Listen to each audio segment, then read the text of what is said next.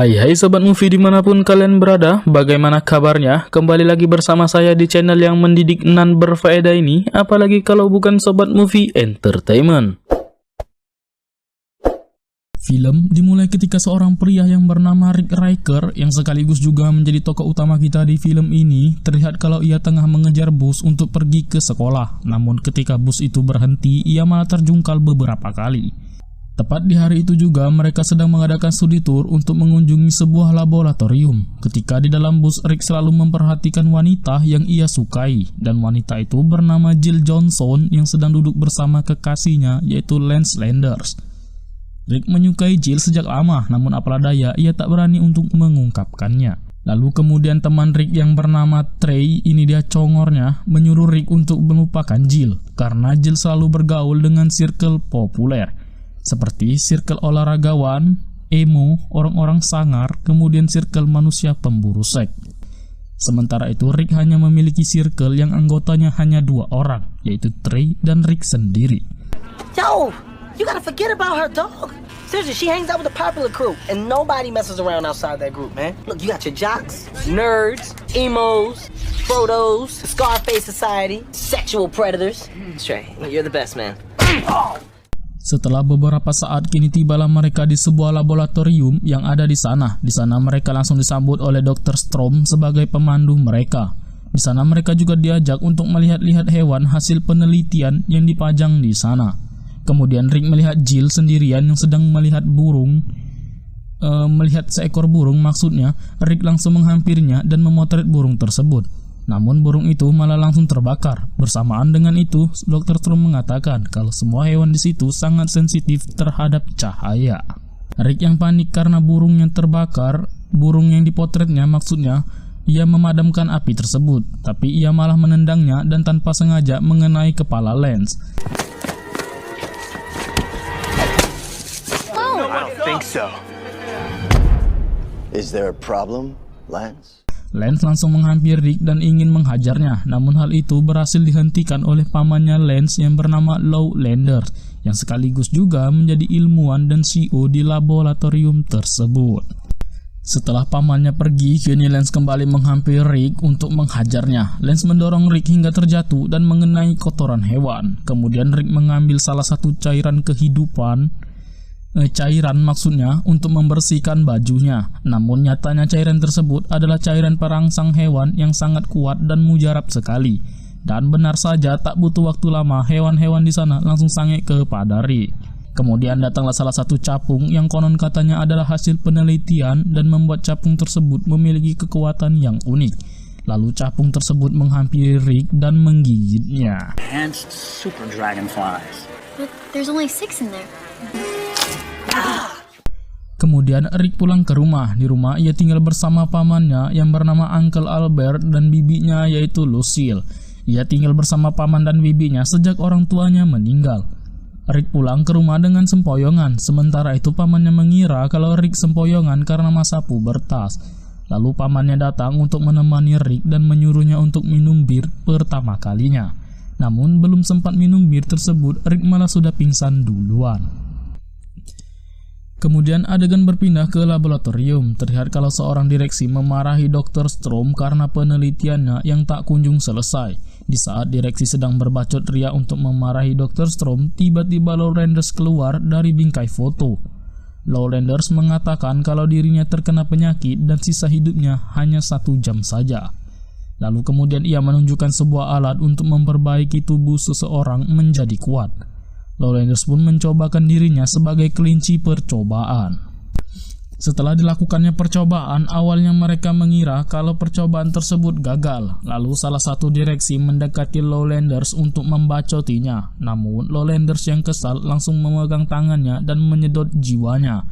Dengan sekejap direksi tersebut menjadi tua dan mokat. Kemudian Lou Landers yang takjub akan kekuatannya, ia pun kemudian menghabisi semua direksi yang ada di sana. Did it work? I'm so sorry. Let go. Let me go. Gentlemen, I think it's time we make some personnel changes.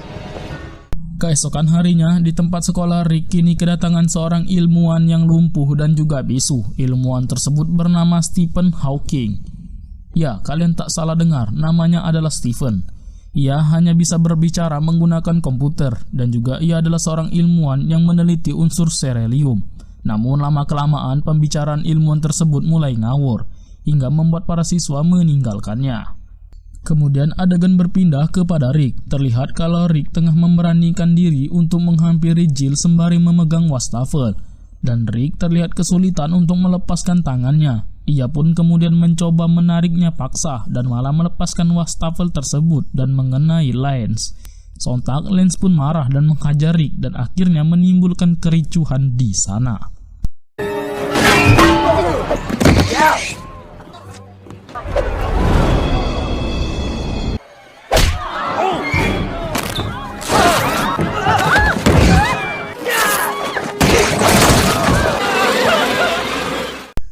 Sepulang sekolah, Rick yang penasaran dengan kejadian sebelumnya, ia mencoba kekuatannya dengan menaiki dinding. Dan benar saja, ia memiliki kemampuan layaknya pahlawan super Spider-Man, namun kali ini ia memiliki versi yang lain, yaitu Capung Man. Kemudian dari kejauhan, Rick melihat ada sebuah truk yang mengalami remblong. Sementara itu di depan truk ada seorang nenek-nenek dan anjingnya. Dengan sigap kemudian Rick mendorong nenek-nenek tersebut dan menghentikan mobil tersebut sampai penyok. I can't believe it. You just saved that old lady's life. Amazing. Sampainya di rumah, Rick menangkap sebuah paku yang tak sengaja ditembakkan oleh pamannya. Mereka pun terkejut atas kemampuan Rick. Lalu Rick mengatakan kalau hal seperti itu sangatlah mudah dan semua orang bisa melakukannya. Lalu kemudian paman Rick kembali menembakkan paku ke tangan Trey, yang jelas Trey tak bisa menangkapnya. Kemudian Rick menceritakan kemampuannya yang ia miliki kepada pamannya. Pamannya yang tak percaya langsung mengambil sebuah pisau dan menusukkannya ke arah Rick. Dan benar saja pisau yang ditusukkan oleh paman Rick tak bisa melukai Rick. Dan dari situlah akhirnya paman Rick percaya akan kemampuan Rick. Kemudian Rick teringat saat bersama orang tuanya. Ayahnya mengatakan kalau suatu hari nanti Rick akan menjadi pahlawan. Kemudian datanglah seorang perampok yang menodongkan senjata ke arah orang tua Rick. Rick kecil pun yang mencoba ingin melawan, namun akibat hal itu ia malah mengarahkan pistol perampok ke arah orang tuanya dan menembaknya. Dan secara tidak langsung Ricklah penyebab terbenetkannya orang tuanya. Akibat hal itu, alhasil orang tua Rick kini sekarat. Kemudian sebelum detik-detik terbenetkannya orang tuanya dari muka bumi, ayah Rick memberikan sebuah cincin kepada Rick. Namun Rick malah menjatuhkannya tepat di kerongkongannya. Tapi cincin tersebut berhasil diambil kembali dengan cara memukul dadah ayah Rick. Rick, I have something for you. The other coat pocket. It was my father's and his father's before him. Claim your... Kemudian Rick bertemu dengan Jill yang habis bertengkar dengan ibunya. Kebetulan Rick dan Jill saling bertetanggaan. Tak lama dari situ Jill dijemput oleh Lance yang menggunakan mobil sport. Lalu Jill mengatakan kalau suatu hari nanti ia ingin naik mobil dengan Rick. Kemudian Rick langsung browsing di internet untuk mencari mobil bekas dengan harga yang murah. Namun yang ia dapat malahan mobil yang benar-benar bekas tanpa ban dan mesin. Keesokan harinya Rick bersama paman dan bibinya pergi ke sebuah bank untuk meminjam uang. Namun pihak bank tak ingin memberikannya lantaran Rick yang tak memiliki pekerjaan. Tak lama dari situ tiba-tiba datanglah seorang perampok yang ingin merampok bank tersebut. Rick yang kesal terhadap pegawai bank yang tak ingin memberikannya pinjaman, ia pun membantu perampok tersebut untuk keluar. Kemudian terdengarlah suara tembakan dari arah luar bank. Rick yang melihat kerumunan langsung menghampiri kerumunan tersebut. Dan ternyata kerumunan tersebut adalah acara topeng monyet. Sedangkan pamannya yang terkapar akibat tembakan tak ada satupun orang yang melihatnya.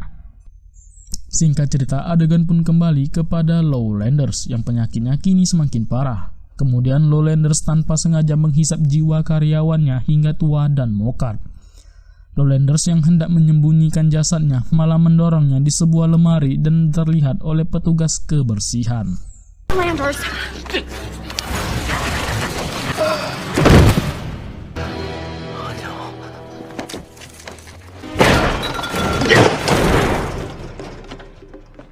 Okay, I come back.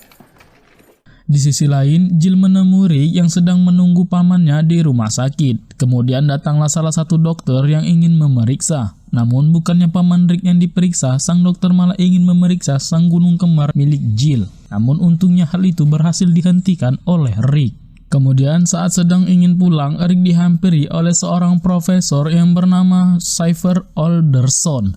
Lalu ia dibawa oleh Cypher ke sekolahan yang dimana sekolahan tersebut adalah sekolahan khusus yang dimiliki oleh manusia kekuatan super. Cypher mengatakan kalau Rick sudah benar-benar paham apa arti dari sebuah kepahlawanan, maka Rick akan bisa terbang. Lalu kemudian Rick mendesain beberapa kostum untuk dirinya, hingga akhirnya ia menemukan sebuah kostum yang cocok untuknya. Namun ia lupa membuat sebuah lubang pada kostumnya untuk bernapas. Alhasil Rick tersedak dan pingsan. Damn! Oh, dude, you like a real superhero, man! Put some kind of air intake in the mask. I'm impressed, like really impressed. Kemudian dengan kostum tersebut, Rick mulai meluncurkan aksinya dengan menolong banyak orang. Dan alhasil Rick menjadi cerita booming pada kala itu. Dan ia juga menamai dirinya sebagai Dragonfly. Adegan berpindah ke Dr. Strom dan Lowlanders. Di sana Lowlanders sedang berencana untuk mencuri sebuah serelium di laboratorium Hawking, supaya ia tidak harus membunuh banyak manusia untuk hidup setiap hari. Singkat cerita, Rick yang tengah mencari pekerjaan kini melihat di sebuah surat kabar kalau ada sebuah perusahaan yang akan membayar untuk setiap foto-foto Dragonfly. Lalu ia pergi ke perusahaan tersebut dan menunjukkan beberapa fotonya. Selang beberapa saat kemudian terdengar sebuah sirine polisi yang sedang menandakan bahaya. Rick yang saat itu berada di kantor langsung pergi begitu saja, dan ternyata kekacauan tersebut disebabkan oleh Lowlanders yang sudah menjadi jahat. Dan ia menamai dirinya sebagai Hourglass. Kemudian Rick langsung baku hantam dengan Lowlanders, namun Lowlanders berhasil kabur setelah melemparkan pisau titanium ke arah Dragonfly.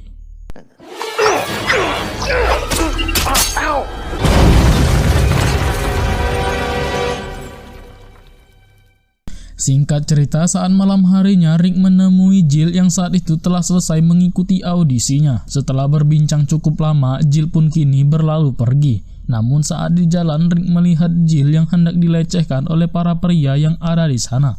Kemudian Rick menolongnya sebagai Dragonfly dan menghajar semua pria cabul tersebut.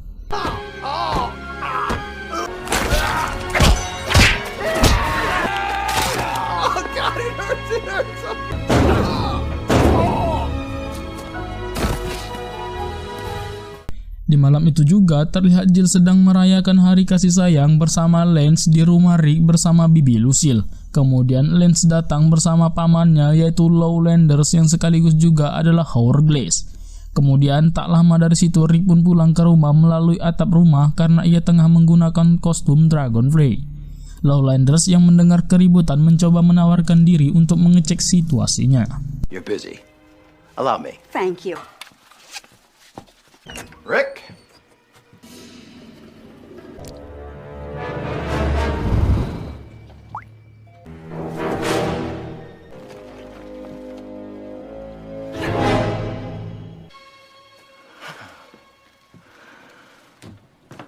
Merasa tak menemukan sesuatu, Lowlanders kini kembali ke bawah. Saat di bawah tiba-tiba muncullah Rick dari pintu depannya. Kemudian di saat sedang makan bersama, Lowlanders bertanya tentang luka yang ada pada tangan Rick. Yang jelas luka tersebut ia dapat saat bertarung dengan Hourglass. Namun Rick menyangkalnya dan ia mengatakan kalau luka itu ia dapatkan karena tertabak oleh tukang pos.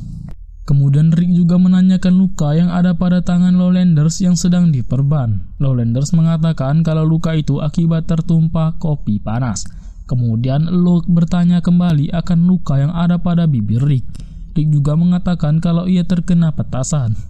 Rick yang tak mau kalah, ia pun kembali bertanya tentang luka yang ada pada leher Lo yang terkoyak. Hingga akhirnya Lo mengajak Lance pergi karena ia sudah mengetahui kalau Rick adalah Dragonfly selama ini. I'm sorry, Lance.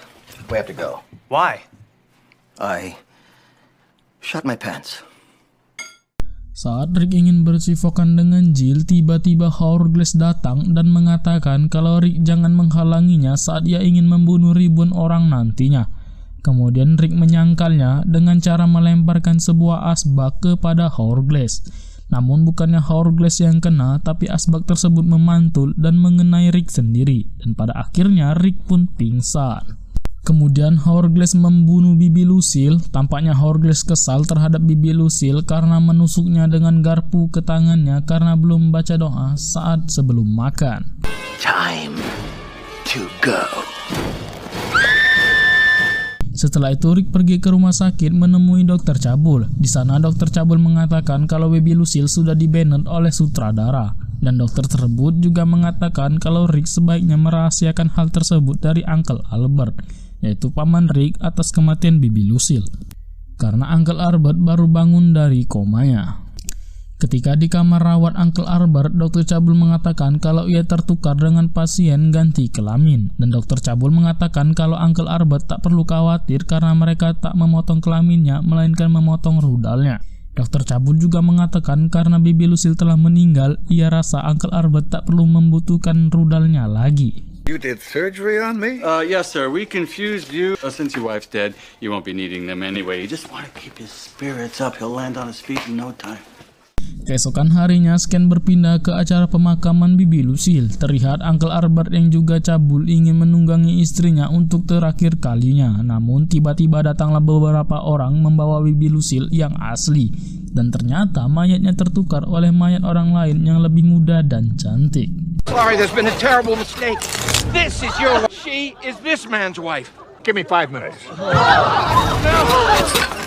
Setelah kejadian itu, Rick memutuskan untuk menjauhi Jill karena khawatir akan keselamatan Jill. Sejak saat itu juga Rick menjadi seorang yang sangat pemurung. Kemudian Uncle Albert datang bersama Trey dan memberikan motivasi ayahnya kepada Rick. Dan saat itu juga Rick kembali bersemangat dan bersedia menjadi capung man untuk mengalahkan Hourglass. Namun masalahnya Rick tidak tahu di mana Hourglass akan membunuh 1000 orang dalam satu tempat. Lalu secara kebetulan tiba-tiba ada sebuah siaran di televisi yang mengatakan kalau ada acara penghargaan kemanusiaan yang akan dihadiri oleh ribuan orang. Tanpa pikir lama, mereka pun langsung menuju ke TKP. Di dalam terdapat banyak orang penting di sana, tak terkecuali Lowlanders dan keluarganya. Lowlanders juga mendapatkan penghargaan sebagai penemu obat semprot di tahun itu. Setelah itu Rick datang menemui Lowlanders. Rick meminta tolong kepada Lowlanders untuk membantunya menemukan Hourglass di tempat itu. Tentu saja Low yang tak ingin rencananya gagal, ia pun mengibuli Rick kalau biksu ini membawa sereliumnya. Maybe nothing, but I did see a man with what looked one of the world's greatest souls.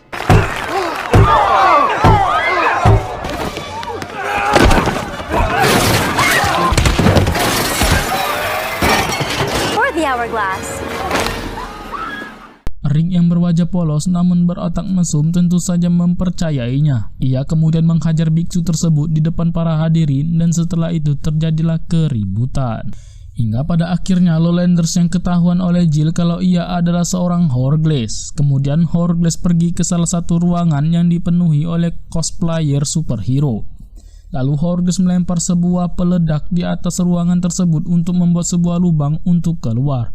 Hal itu membuat Dragonfly tertimpa oleh reruntuhan. Kemudian Hourglass melemparkan senjatanya ke arah Dragonfly, namun berhasil dihalangi oleh Jill yang menyelamatkannya. Singkat cerita, Hourglass sedang melakukan eksperimen untuk menyempurnakan kekuatannya menggunakan serelium yang ia curi sebelumnya. Dan tiba-tiba Dragonfly datang dan mengalirkan sejumlah energinya untuk kesembuhan Jill dan hal itu pun berhasil.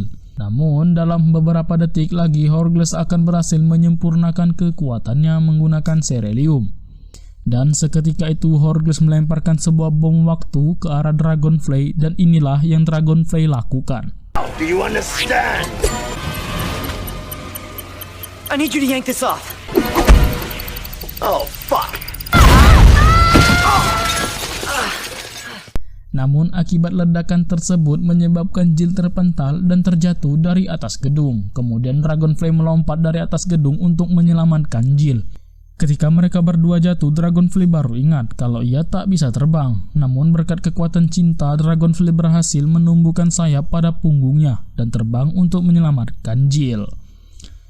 Kemudian Dr. Stephen berterima kasih kepada Dragonfly karena telah berhasil menyelamatkan kota. Thank you, Dragonfly. Because of you, our city is safe at last. Let's go get some dinner. I'm buying. Kemudian di akhir film terlihat kalau Dragonfly tengah terbang bersama Jill, namun pada akhirnya mereka tertabrak oleh helikopter.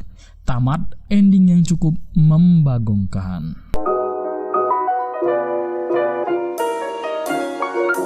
Oke, jadi itulah tadi adalah rekap alur cerita film yang berjudul Capung Man atau Superhero Movie pada tahun 2008.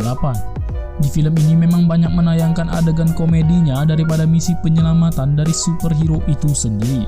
Pesan moral yang dapat diambil dari film ini adalah sekonyol apapun dirimu, sejelek apapun dirimu, tapi kamu tulus dan baik, maka kamu akan tetap jelek dan konyol.